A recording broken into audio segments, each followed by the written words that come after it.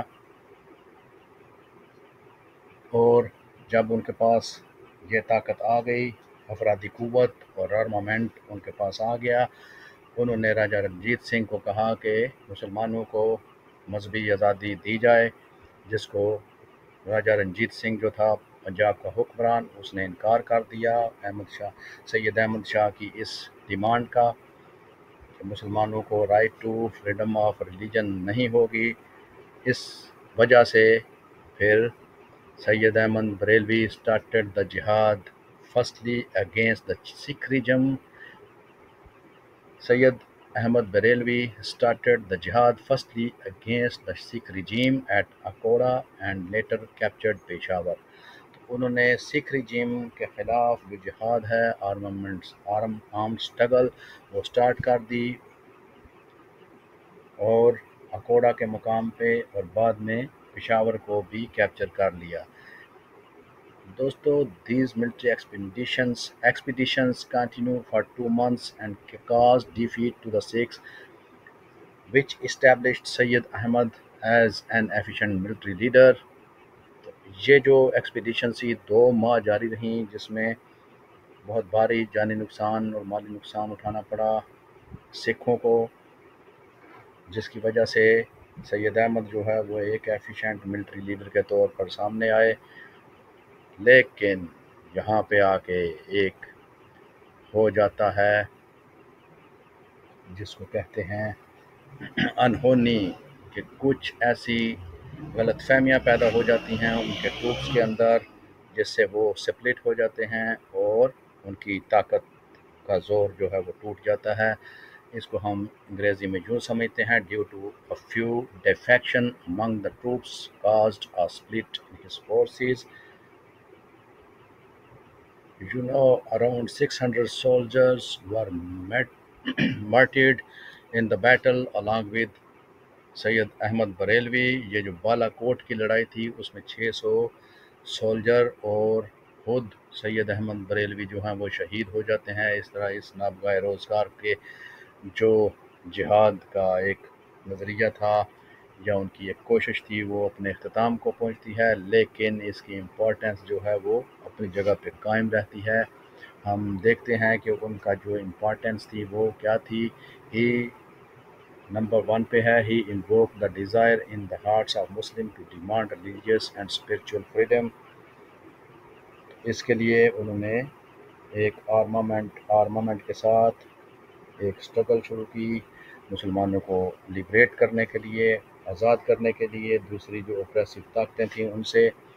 اس کے لیے انہوں نے ایک جو قربانی کا جذبہ تھا وہ شو کیا، جس سے مسلمان بہت امپریس ہوئے اور انسپائر ہوئے، اور ان کے اندر یہ جو تھی وہ قربانی کا جذبہ ابھر کر سامنے آیا، جو بعد میں بھی جاری رہا. اس کے بعد تیسرے نمبر پہ آ جاتا ہے many historians term jihad movement as the leading force of motivation for the Pakistan movement in India. اور نمبر 4 پہ آ جاتا ہے he persuaded Muslims to defend their culture, religion and their identity. تو انہوں نے مسلمانوں کی شناخت، مذہب اور کلچر کو بچانے کے لیے، ان کا ڈیفینس کرنے کے لیے مسلمانوں کو پرسو کیا اور مسلمانوں کو کہا کہ آپ ان چیزوں کو پرسو کریں اور ان کو بچائیں. تو دوستو، امید ہے آپ کو یہ لیکچر بہت ہیلپ فل ہوگا. اگر آپ کو پسند آئے تو میرے چینل اسٹڈی فار یو کو سبسکرائب کریں، لائک کریں، شیئر کریں، کومنٹ کریں اور بیل آئیکن کو پریس کر دیں تاکہ آپ کو ٹائم ٹو ٹائم نوٹیفیکیشن ملتے رہیں اور آپ اپ ٹو ڈیٹ رہیں. اب تک کے لیے اتنا ہی. اللہ حافظ. سی یو ان نیکسٹ لیکچر، جو کہ حاجی شریعت اللہ پہ ہوگا، ان کی زندگی کے بارے میں، ان کے اچیومنٹس کے بارے میں. اب اللہ حافظ. Thank you for watching.